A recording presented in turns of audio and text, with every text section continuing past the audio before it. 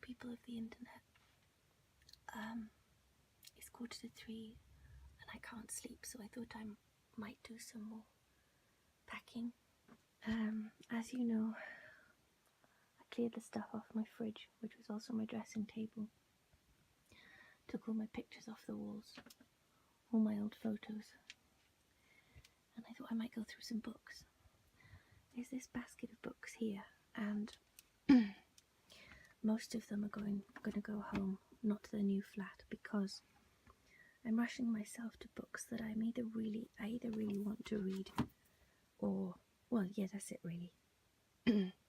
Because here in this flat, I've got about 70% of the books I own, but a lot of them are not books I ever want to reopen,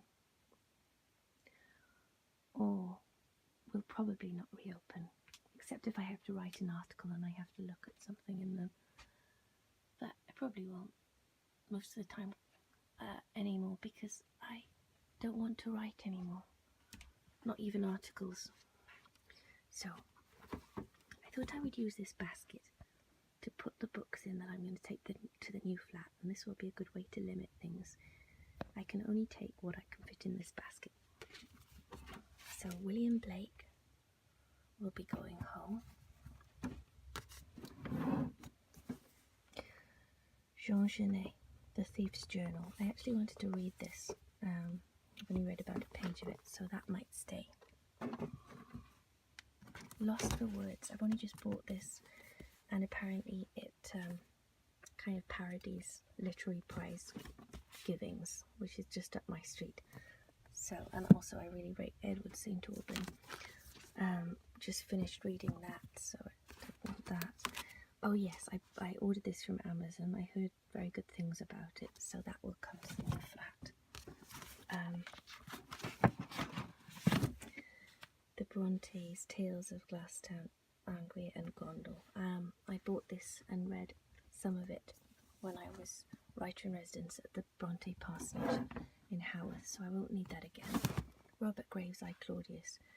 Yeah, I tracked this down in a second-hand bookshop in Leicester Square, and I wanted to read that, so that might come to the new place. The Newlyweds, again, something I ordered from Amazon by Audrey Freudenberger. Not sure how you say that, so that will come. Mother's Milk, I've read that by Edward St. Alban. The Yellowbirds, Kevin Powers. Again, for some reason, I bought it second-hand from Amazon. So, possibly, although I'm not that excited about that. I never got round to reading much of this. I couldn't get into it, although I do think she's an excellent writer. Seeing as I don't really want to read any more of it, or I would have, I'll put it there. The Muse. Yeah.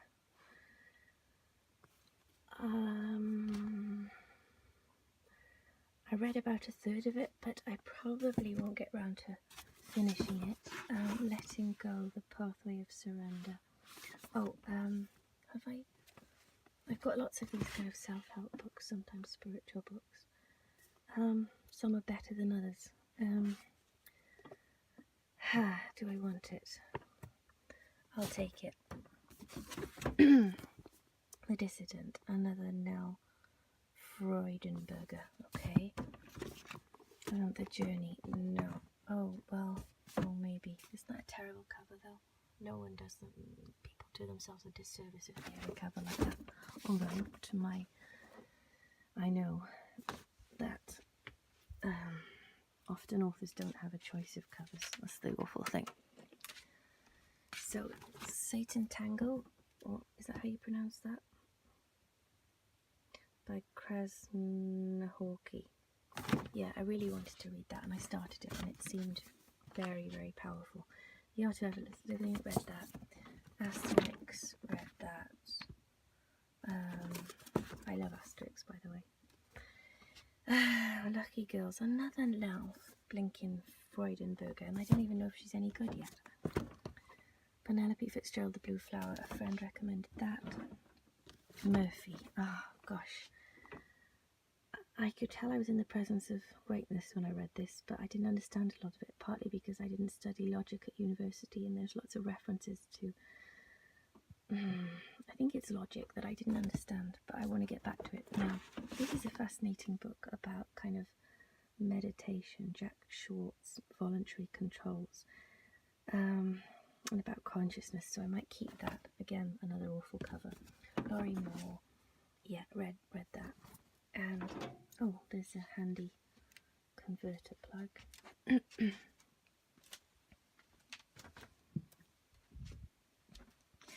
And now we have Swedenborg, The Spiritual Diary.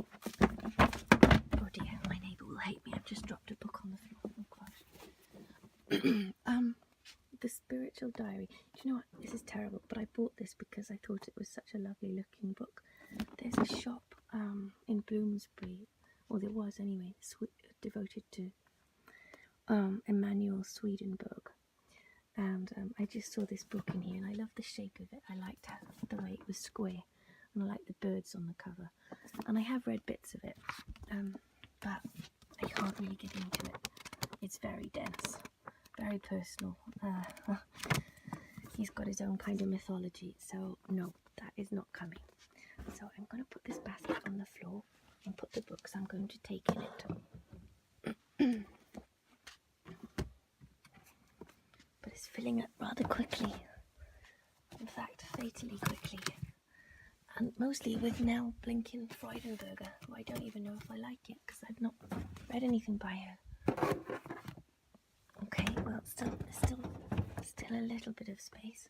So, I'm going to progress to this little, well, first of all, this pile of books on my stool. I've just ordered this secondhand from Amazon. It's a kind of apparently interesting auto-fictional novel. How Should a Person Be by Sheila Heti, or Heti, I'm not sure. A friend recommended that because I was writing an article about sex, I think. Then Rachel Cusk, I really want to read this, her life's work, this very controversial kind of memoir she wrote. I rate Rachel Cusk so highly. I think she's one of the most original and interesting women writers in the UK at the moment, and I think she gets a lot of bad press and stick and persecution, and I want to see if it's kind of justified. I want to read this because I find that often there's a lot of hoo-ha about nothing, you know, controversy about someone, and they haven't done anything that bad, or at least I don't think they have. Now, I was going to reread Jane Eyre, Wuthering Heights and Villette, because an article I was writing on sex in literature turned into more or less a book, and I wanted to reread these three to see how they treated sex, or not so much sex, but religious devotion, because there's a definite religious tinge to the Brontes' devotion and a kind of metaphysical slant to it. But the book is very far from being completed, and to be honest, I don't want to write anything at the moment, so I think they can go home. And we've got another Rachel Cusk, which I'm looking forward to reading, Aftermath. We've got Ali Smith's, I was going to say latest novel, but now she's brought out Winter, but I still haven't started this, and I bought it actually because of the cover. I really love that cover. And this fantastic novel I was enjoying, Elmet by Fiona Mosley, and I cut there was a lovely kind of wood print illustration on the front. I liked it so much I cut it out, and I'm going to try and frame it. I'm so enjoying this novel. Then, Marilyn Robinson's Lila. I was reading that for the same reason I was reading the Brontes, to do with the book proposal about sex in literature. But I got what I needed from that, so I'll just put these additions into my wire crate.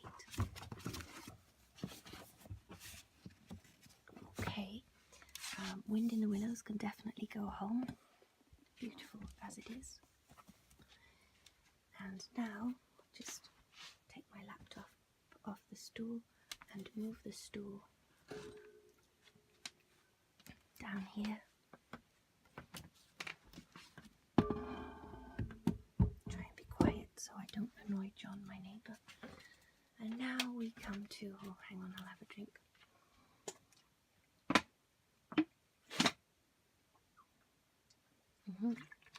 Now we come to these little books, which I've got here for decorative purposes because they're just pretty. This I got from that lovely second-hand or antique shop I told you about called Pimpernel and Partners. This is a very, very old book. I have no idea when it was published, but it's called The Hedge I Know, and I photographed some of the scenes inside for I put some of the little people, particularly the pixies, against them and photographed them for the greeting, some of the greeting cards. I love this book, but I don't think I've got room for decorative things in the new flat, so that will have to. Sorry about that. My iPhone storage was full again, so I had to decant. That is one thing they could really improve on the iPhones, is the storage. The other thing is the battery life. So anyway, I bought this book just because I love the cover. So esoteric and weird, and I just love the way the spine kind of clashed with the front, and there are bedtime stories, which I've read a couple of, which was so uninspiring, unmagical, and unlike the cover, even though there's some reasonably big names there. So this is just a pretty book. And then there are some second-hand books I bought in, I think, Alice's Place or something in Notting Hill. It's a really, really cool second-hand shop. I bought them just because they're pretty, and particularly because red and green are the main colours in my room. So I speak French, I can't even speak French. Oh, I found this at home at my mum and dad's house. My mum had picked it up from a second-hand shop somewhere, and I actually read it. Enid Blyton does not entertain as an adult as she did when I was a kid. She was perfect as when I was a child. I was completely and utterly enthralled. So disappointing that I can't get that feeling back now. So they're all going home, so I'll leave those here for now. Then we've got Jeanette Winterson's memoir, which I have no idea why my iPhone storage became full again. That's so annoying. Also, there's a video on here I can't get off for some reason. Some sort of thing like the data's corrupted or some rubbishy excuse. It's always something with technology, right? Anyway, so yeah, I recently had a chat with a few people on a panel about this book and comparing it to Oranges. It's going back home. This is my small Bible. Will I be reading the Bible? That's the question. I doubt it. Going home. Another self-help book. What is that? What is it? The Power of Visualization and Association. Hypnotherapy. Jamie, do people develop tolerance? Antidepressants. Okay. Mezzanine, a very interesting little book I read. Little being the operative word, but only in inverted commas. By Nicholson Baker. I recently read Boyhood. Right. Now I haven't finished any of the Knausgaard books, and he's my literary crush. I don't think he's a genius, as James Wood said in The New Yorker, but he's got something going on, and I do quite enjoy reading him. Stoner, recently read that. Milan Kundera, Power of the Subconscious Mind. Above the Waterfall. Trying Not to Try. Maggie Nelson, The Argonauts. I got about 20 pages into this. And got what she was doing and got bored of it. I don't like clever books. Future Sex, this was okay, but I didn't finish it. This is another clever book which left me cold. You and Me, that's about identity. Department of Speculation, Ben Lerner. Right, I haven't read this, so I'm going to take this by the Atocha Station. My lovely Narnia books, which I read last year when I was ill, and really, while I was reading them, kind of saved me.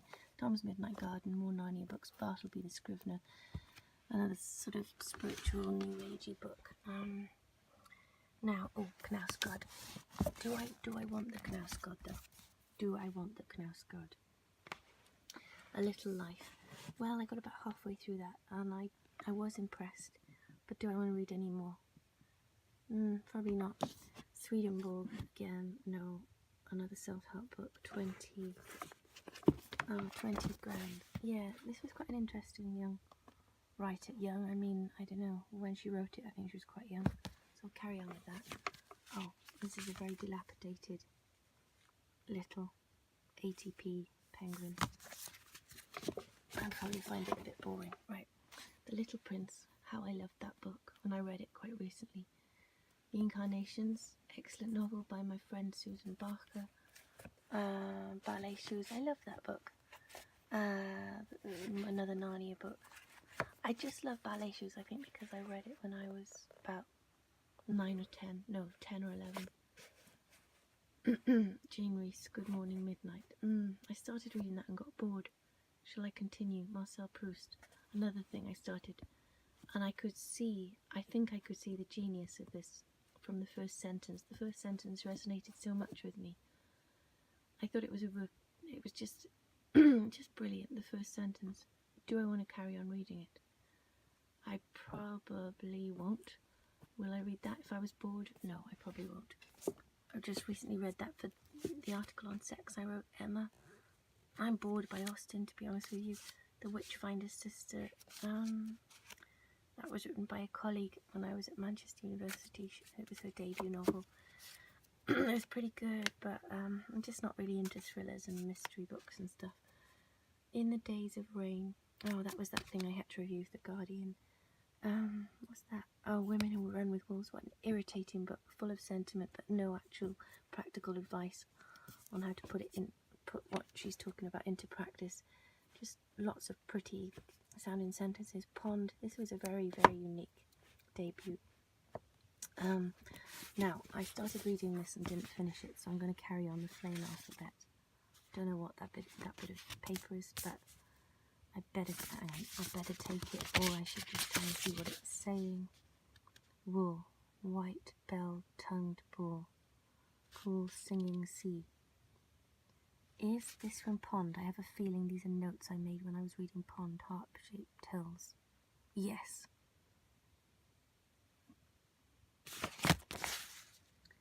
Headlong moon, bundling down. What the heck is this? Around the Seatown corner. Shade nose back.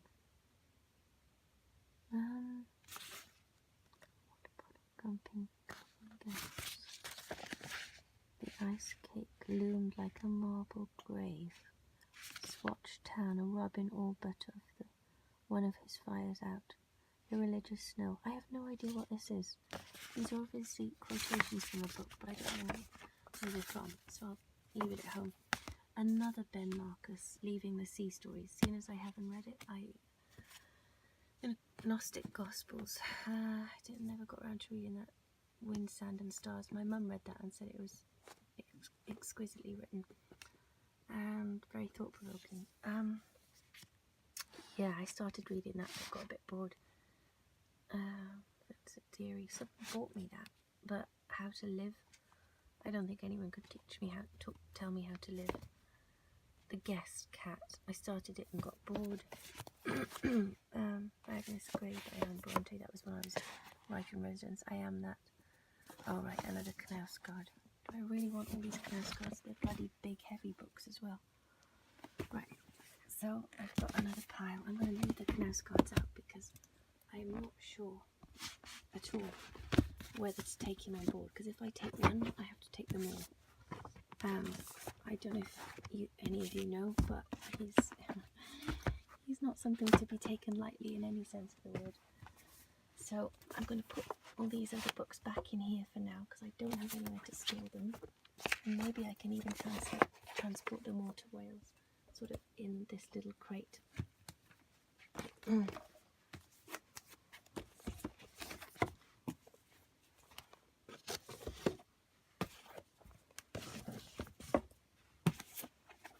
Ironically, I've not long brought up a lot of books from Wales, which nearly killed me in like 3 suitcases single-handedly on a train. I must be nuts. Okay, so that's all done. Knausgård is in the don't know pile. And now we come to these books on this shelf.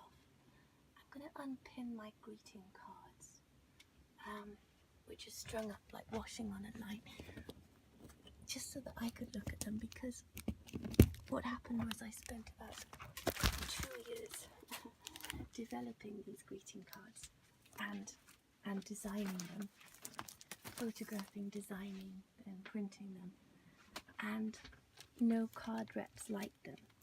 So it was a bit disappointing really, but I thought, well, I can look at them and appreciate them even if no one else does. And besides, I send them to friends and family now.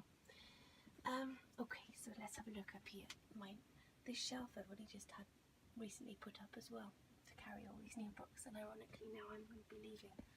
So we've got Jules Laforgue poems. No, I'm not going to read that in a million years. Lee Smith, I've read it. Neruda, wonderful, read it. Fortunate Man, read it. Ayckbourn, gosh, that comes from GCSE time. Neruda, read it. Way of Being, read it. Smith, read it. Coetzee, read it. Winterson, read it. Baudelaire, read it. Schnitzler, read it. Bowman, read it. Hustved, read about half of it, got totally bored. The Interiors, no, do you know, I just had to buy that book because I spilled coffee on it, that Francisco Goldman, I don't even know what it's about, Italy or something. When I worked in a bookshop, I spilled coffee on one of our books, so I volunteered to buy it, very honest of me. Anne Enright, I should have just said it was a customer. Anne Enright, The Gathering, read it. Canaan's Tongue, John Ray. Yeah, I haven't read that. I was going to get around to reading that, so maybe I'll take that. Actually, I did start it, and it was pretty difficult to get into, the language. It was impressive, but if I can remember, it was very rich. And I always fool myself into thinking I'll go back to a book if I've begun it, and I'll get further, but I never do, so I'm going to leave it. David Brooks, The Road to Character, I don't know. Awakening Intuition, Ancient Oracles.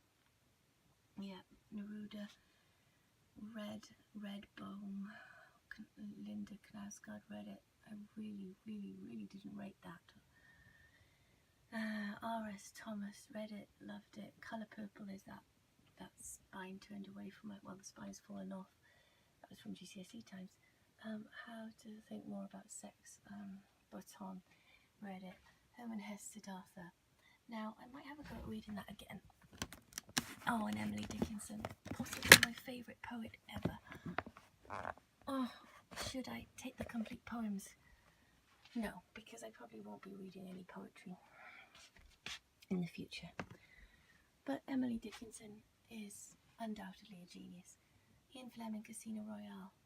Yeah, I began reading that. That was very not at all like the James Bond films, so I don't know whether to read it. Diane Keaton, then again Howard Jacobson. I really didn't like Howard Jacobson's book. It was clever, but not my type of thing at all. Do I want the Keaton and do I want the Fleming? Well, I would like to know more about Diane Keaton, so I might have that. And maybe if the Fleming is gripping, I've been looking for a gripping book for quite a long time. I'm also trying to get myself into reading things that I enjoy rather than I admire. After studying literature for so many years, at least I got into a rut of only reading worthy books. In other words, books that I could see had great literary merit, and sometimes that entailed not actually enjoying what I was reading. So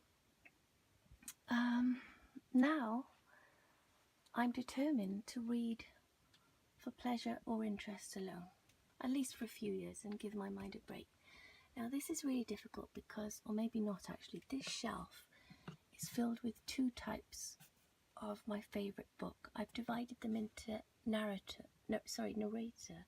where there's a really interesting narrator, and metaphor, where the whole novel is more or less an extrapolation of a single metaphor, which is probably the most brilliant type of book I think that can be written. Now, if I was still interested in writing myself or teaching writing, I would definitely have to take this whole shelf of books, but seeing as I'm not, they can all go home. But because all these books I find fascinating and incredibly admirable in their own way, I might put them aside and try and talk about them and make another YouTube video about them before I send them back to Wales. In the meantime, I'll just deal with the books above and behind them. Now, this is another Swedenborg that can go. There's two kind of bit Bible encyclopedias, which I asked my mum to lend me because I was recently editing an 800,000 word work I've written, and I needed to know a lot about the Bible in detail. Now, oh gosh, I actually stopped a lot of books from falling with the camera then. Okay, Oscar and Lucinda by Peter Carey. Yes, encyclopedic and huge and admirable, but not my thing. Neon Bible, yeah, that's an interesting book. John Kennedy Toole. I'll be reading it again though. Oh, that was some monologues from when I auditioned to a drama school. Very irritatingly, because I can't download one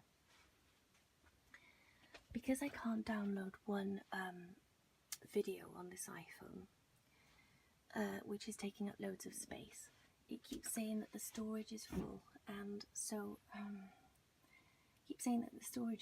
so now it keeps interrupting, and I don't get more than about 5 or 6 minutes into a video, which is such a pain in the neck, all because this one big video I can't seem to download off it. But anyway,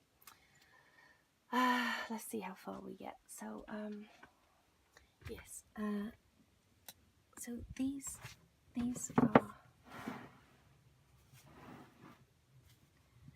are very interesting books to me. We've got A Portrait of the Artist as a Young Man. We've got The Outsider by Camus. The Turn of the Screw by Henry James. The Butcher Boy by Patrick McCabe. In the Heart of the Country by J.M. Coetzee. And actually, The Shipping News should not be in there. That is not one of my special books, although I really love it. And I like the language. I don't love it, sorry, but I do like the language in it a lot. Now, we've got Kafka, Metamorphosis, J.M. Coetzee, Waiting for the Barbarians. That's here because there's an interesting narrator in it, but the same goes for In the Heart of the Country, but actually they're not as special as the others. Portrait of the Artist, a Young Man, Camus, Kafka. Yes, I think these have all got a little bit jumbled, really. This is a brilliant book by Tom McCarthy, Remainder. One of the most brilliant books I've read by a contemporary of mine. In fact, possibly the most brilliant. At least I thought so about 4 years ago when I read it. Maybe if I read it now, I would feel a bit differently, but probably I don't think so. I really like both of these short novels, Notes from the Underground and The Double. Fyodor Dostoevsky, what a name. And of course Kafka is inimitably Kafka. I'm not sure I ever really understood The Outsider, to be honest with you. But there was something in it that gripped me and that made me want to understand and made me question. I do love this book. In fact, it's my favourite of Joyce's books, A Portrait of the Artist as a Young Man. I could talk about all of these for a long time. The Butcher Boy, Turn of the Screw by Henry James. I think I'm going to leave out the Kurt Sayer books though. Recently he's come to seem a little bit academic to me, in the sense that his books almost seem considered, so he seems to be considering points to make, or the cleverness seems to be considered. The metaphors, the references, almost like a trail laid for literary critics to pick up. And so there's not the spontaneity and kind of pureness which I think is inherent in really great literature. It's like textbook good literature. So anyway, I'm carrying on now. Rehearsal by Eleanor Catton. I remember thinking this was very clever when I read it. I can't remember. I mean, I don't know what I would think now. Oh, there's Kafka again. Okay, he has to stay with the greats. Paul Harding Tinkers. I was mesmerised by this novel. It was exquisite and beautiful, very lyrical and incredibly imaginative. And ideas seemed to just ferment and kind of give birth to new ideas. And the text seemed to morph before my eyes. That really was incredible. Of course, there's the seminal Heart of Darkness, the song lines. I haven't read this for a long time. Maybe I'll still feel the same about this when I read it, but I've always got time for Chatwin. And then, okay, The Trial, of course. I've got a hell of a lot of Kafka here. White Noise by DeLillo. I rate DeLillo quite a lot. Vertigo, Sebald. Oh, I love Sebald too. Moby Dick, of course. Housekeeping, yes. More Sebald. Austerlitz, Wittgenstein's Mistress. I read about 20 or 30 pages of this and got the gist of it, and it is brilliant in its way, but I found it rather repetitive. He was just drumming the same point home again and again and again and again and again, using the same metaphor. So for that reason alone, it's not going to stay in my pile of greats.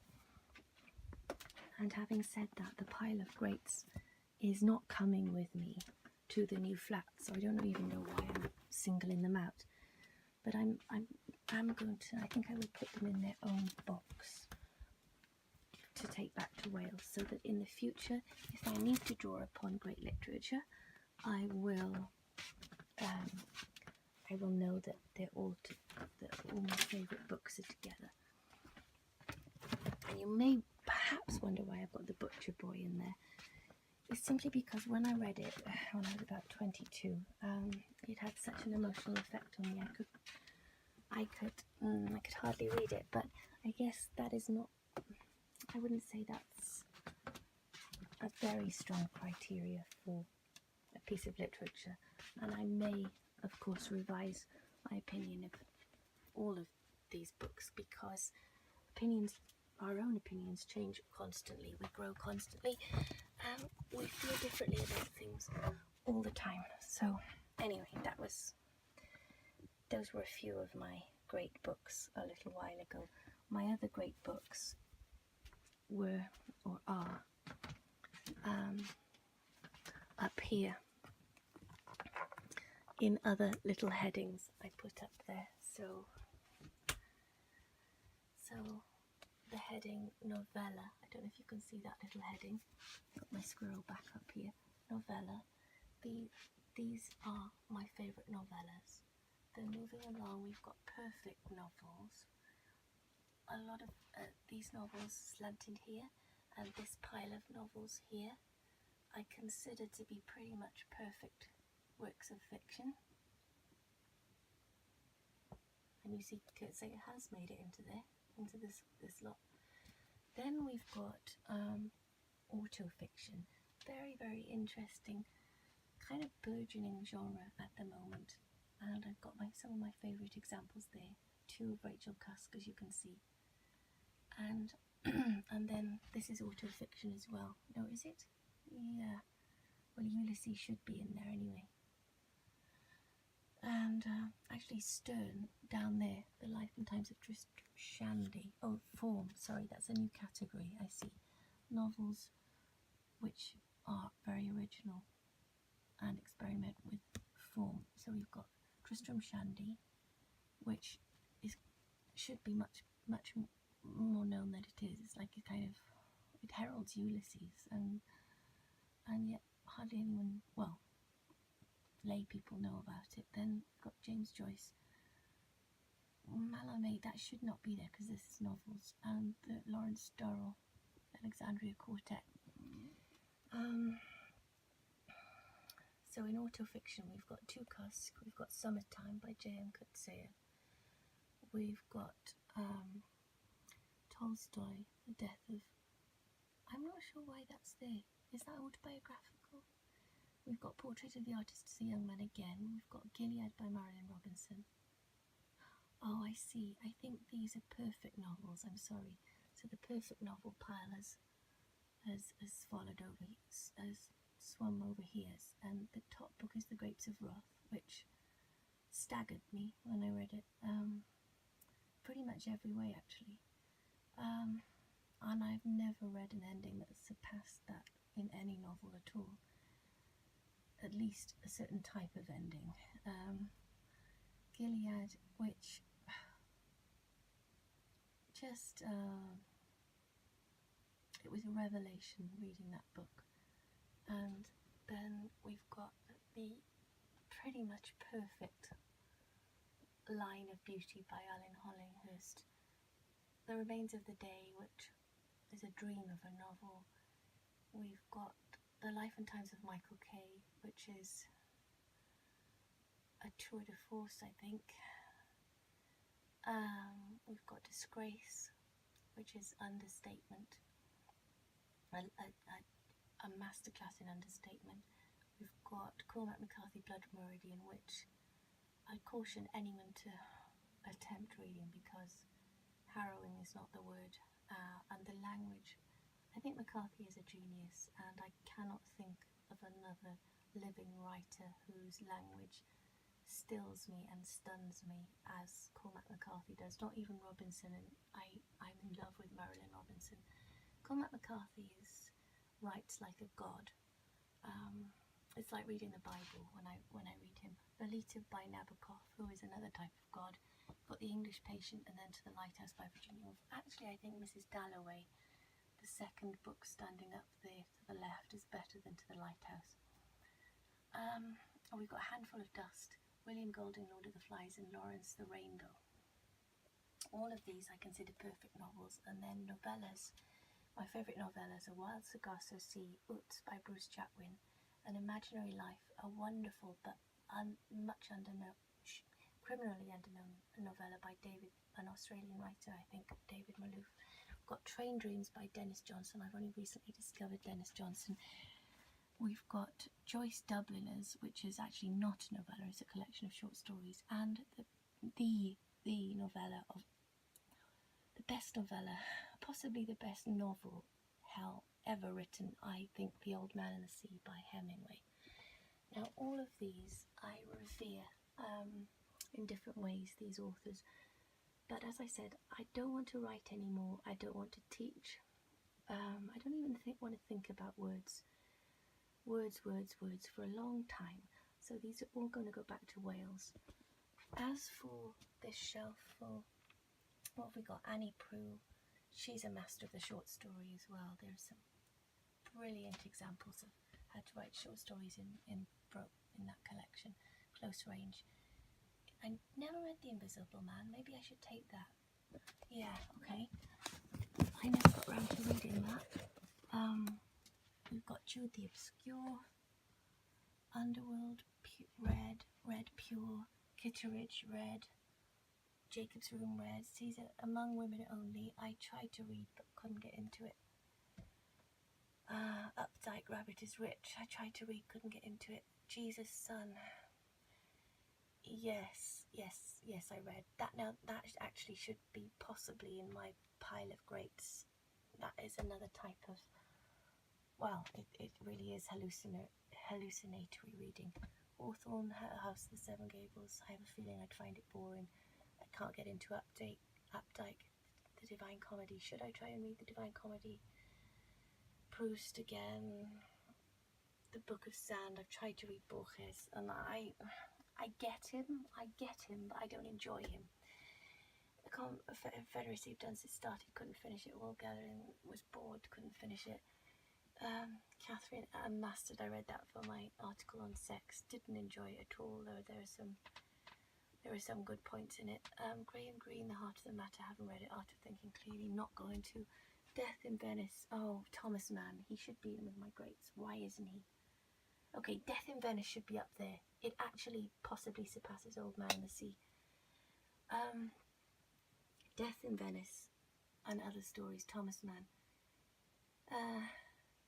Is This a Man? Primo Levi. Yeah, great stuff. Island Summers. I might enjoy that. I really feel like reading lighter things, not masterpieces at the moment. So yeah. Oh no, I thought it was the author of the Moomins. No, I don't think I want to read this actually. Okay, infuriatingly, the storage got full again because of the problem I mentioned before. So where was I? I had to download the 10 minutes or so we were talking. I was talking. Don't know. So The Obscure Bird of Night. I rate it, and from what I read, really worth persevering. But it didn't capture me enough to continue. A Man Without Qualities, Robert Musil. Yes, again, I can see it has great merit, but do I want to read it? I don't know, maybe I'll take those two. Maybe, okay. Okie dokie. Also, I want to read The Magic Mountain by Thomas Mann, but I don't know if I've actually got that. As you can see, I've kind of failed. My basket is too full. Just trying to get the Man Without Qualities down. There we go. Turn off the light behind Squirrel Nutkin. Thank you. Thank you. Right, so what was that? Oh, the Graham Greene. Okay, great. So my room is looking really bare now. Really bare. Oh yes, we were up here. Possession, read it. Rated it. Just didn't. I don't like magical realism, which is weird because I guess the Land of Decoration and some of the Professor of Poetry and even The Offering has elements of magical realism. I don't know. Yeah, I don't know what happened there. I don't like magical realism, and I didn't enjoy 100 Years of Solitude. I read it over Christmas in Madrid one year, and I did not like it. Black Swan Green, gosh no. Goddess of All Things. I remember really revering that book at one point in time. Carry Me Down. What a novel. M.J. Hyland. That is a novel. That is writing. Harold Pinter, Moore Marquette, Pat Barker. That's pretty harrowing. The Ghost Road. Luminaries, yes. As another critic mentioned, of this book I had admiration for the author's stamina, her vocabulary and her cleverness, but I just didn't see the point. It didn't move me and it didn't inspire me. The song before it sang, what's in the middle? Clear My Heart's more monologues, Will Self Umbrella. Again, I didn't see the point of that. If James Joyce has written Ulysses, why bother trying to rewrite it? The Art of Fielding, Chad Harbach. What a dick. I met this guy. He is one... Sorry. Yeah. He is... Yeah. Candia McWilliam, Edward St. Aubin, Ted Hughes. There's a lovely poem in Birthday Letters. I think it's called Blue. Or is it Red? But it's talking about how Sylvia Plath loved red. But the last line says the colour you lost is blue. Which seems to sum up, I don't know, but maybe we shouldn't let Ted Hughes speak about or for Sylvia Plath. I don't know. I can still see beauty and resonance and worth in things that possibly immoral people have written. What's in the Way is the Way, more self-help books. Alison Lurie, Foreign Affairs, never got around to reading that. It seemed a bit depressing. Perfume, great idea for a novel. More St. Aubin. Okay, all those can go home. So I'm just going through this last shelf, the Iliad. I've never read it. I mean to, but at the moment, as I said, I'm not going to be reading much in the next coming couple of years, so that has to be packed away. You can see how bare that bit of the room is looking now. And these last books here, Aeschylus. Oh, I nearly lost my Van Gogh painting. Do I keep that? That's the thing. Do I take it to the new place? No, I think I have enough pictures. Ali Smith, Artful, Orestia, Ted Hughes. I think I began it and stopped it, so I'm probably not going to go back to it. Artful, read it. Metamorphosis, started it, not gone back to it. Mean to read it, but mean to read Proust, haven't. Absalom. I really think I might get back to that, though. I love Faulkner. I love the Sound and the Fury. This was this kind rather beautiful book. Tercentenary tributes to Andrew Marvell was a present from my editor at Chatting Windus, I think, or the whole team at Chatting Windus. I think it was. No, was it from Scepter, the editor at Scepter? Can't remember, but it was because there was an essay by T.S. Eliot in there, and they knew I was a fan of T.S. Eliot. The Aeneid, I'm not going to read that. I've read this, and I'm a big fan. Citizen, this really riled me, but it's very controversial to say that. How to Be Both, Ali Smith. Yeah, read it. Now, this I do mean to read, Book of Numbers. Book of Numbers, yes. Okay, so all of these can go into my last box. I'm going to have to buy some more boxes tomorrow.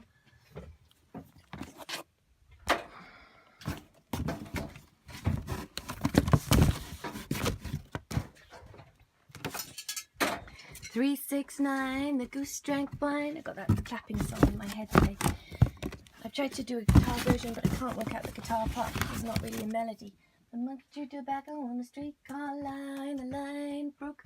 And then we've got this little French booklet, which I got from that really cool second-hand shop, Pimpernel and Partners, which I can't take to the new place.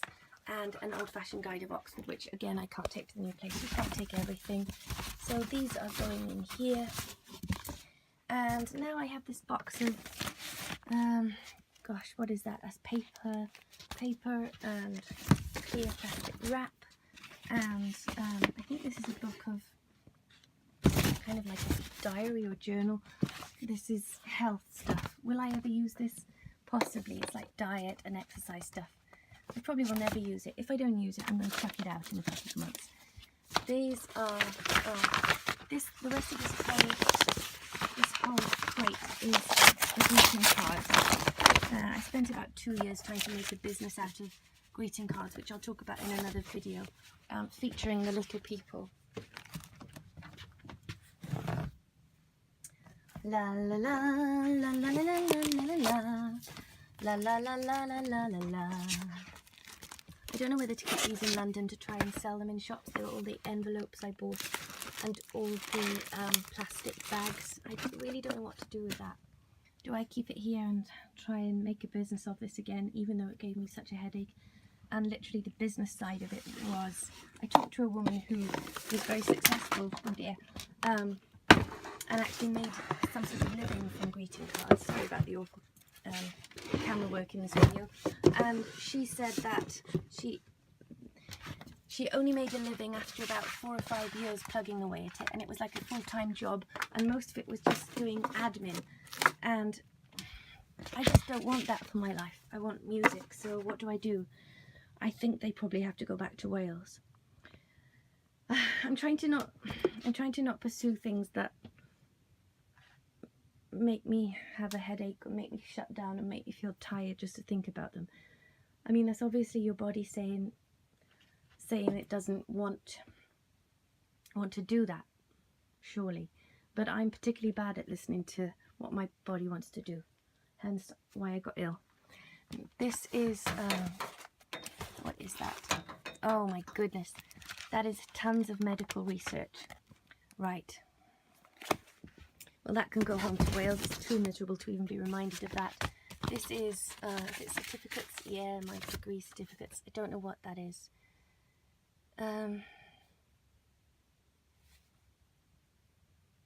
Oh gosh, see, that's all the business side of the card thing again. And I just kind of freeze when I read it. I just close up inside. I sign not to pursue it any longer, if ever there was one. So,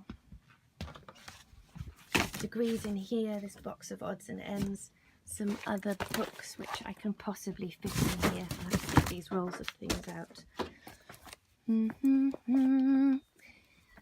Now I still haven't got a box for my favourite books. I'm going to have to get a box for those, just especially for those. Amazing grace, how sweet the sound.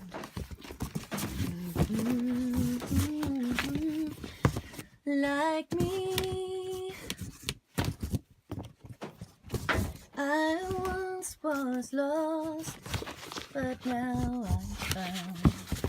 I'm rushing because I'm supposed to be going out to meet a friend, and I hate leaving things unfinished, but the danger is that I actually end up being late for people. But now I see. I think that's it for that box, so I have to